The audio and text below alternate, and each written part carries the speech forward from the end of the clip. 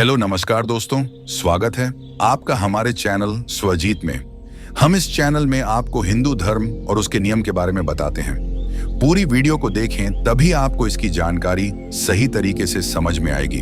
अगर वीडियो पसंद आए तो लाइक और सब्सक्राइब करें और अपने आसपास के लोगों के साथ शेयर करें ताकि सभी लोग हिंदू धर्म के प्रति जागरूक हों। तो चलिए शुरू करते हैं आज का वीडियो। कुंभ मेले में घटने वाली रहस्यमयी घटनाएं और चमत्कार। क्या कुंभ में दिव्य शक्तियां प्रकट होती हैं? नागा साधुओं और साध्वियों द्वारा किए गए हिंदुत्व के कार्यों का रहस्य। कुंभ मेला हिंदू धर्म का सबसे पवित्र और भव्य आयोजन केवल एक धार्मिक समागम ही नहीं, बल्कि अदृश्य दिव्य शक्तियों, रहस्यमयी घटनाओं और अलौकिक चमत्कारों का केंद्र भी माना जाता है।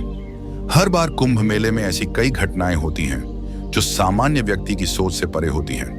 कुछ लोग इसे अंधविश्वास मानते हैं तो कुछ इसे गहरी आध्यात्मिक ऊर्जा और सिद्ध साधुओं की तपस्या का प्रभाव मानते हैं। इस लेख में हम कुंभ मेले से जुड़े रहस्यमयी चमत्कार, नागा साधुओं की रहस्यमयी शक्तियां, साधुओं द्वारा हिंदू धर्म के लिए किए गए कार्यों और कुंभ से जुड़े आध्यात्मिक रहस्यों का विस्तार से वर्णन करेंगे।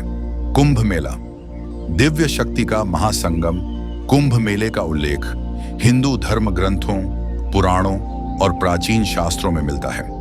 कहा जाता है कि यह मेला केवल एक धार्मिक आयोजन नहीं, बल्कि देवताओं की उपस्थिति का स्थल है। ऐसा माना जाता है कि जब लाखों श्रद्धालु एक साथ पवित्र गंगा, क्षिप्रा, गोदावरी या संगम में स्नान करते हैं तो धार्मिक ऊर्जा का प्रवाह अत्यधिक तीव्र हो जाता है, जिससे कई अदृश्य और दिव्य शक्तियां सक्रिय हो जाती हैं। कुंभ मेले में प्रकट होने वाले रहस्यमयी संत और गुप्त योगी ये कौन होते हैं और कुंभ के बाद कहां चले जाते हैं?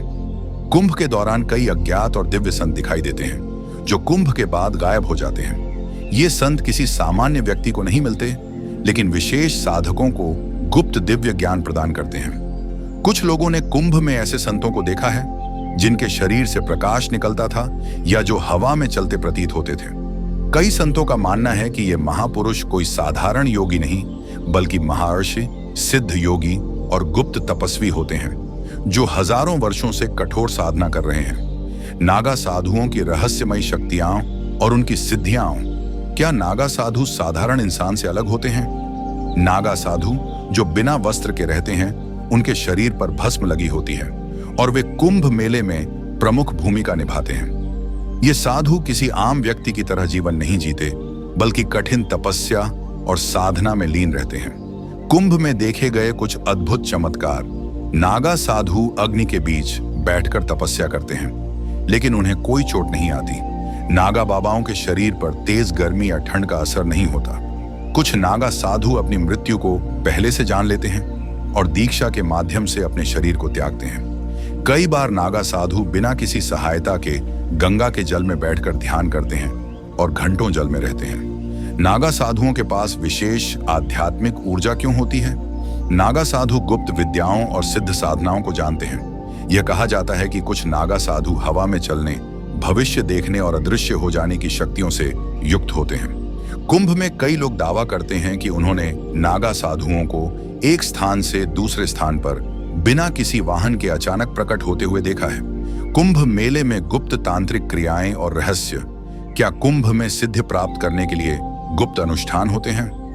कुंभ मेले में कई तांत्रिक, अघोरी और सिद्ध योगी छिपकर गुप्त साधनाएं करते हैं। कुछ साधु कुंभ में विशेष मंत्र सिद्धि के लिए अनुष्ठान करते हैं, जिनके द्वारा वे अदृश्य शक्ति प्राप्त कर सकते हैं। अघोरी साधु कुंभ के दौरान विशेष रूप से सक्रिय होते हैं और वे शव साधना जैसी रहस्यमयी साधनाएं करते हैं।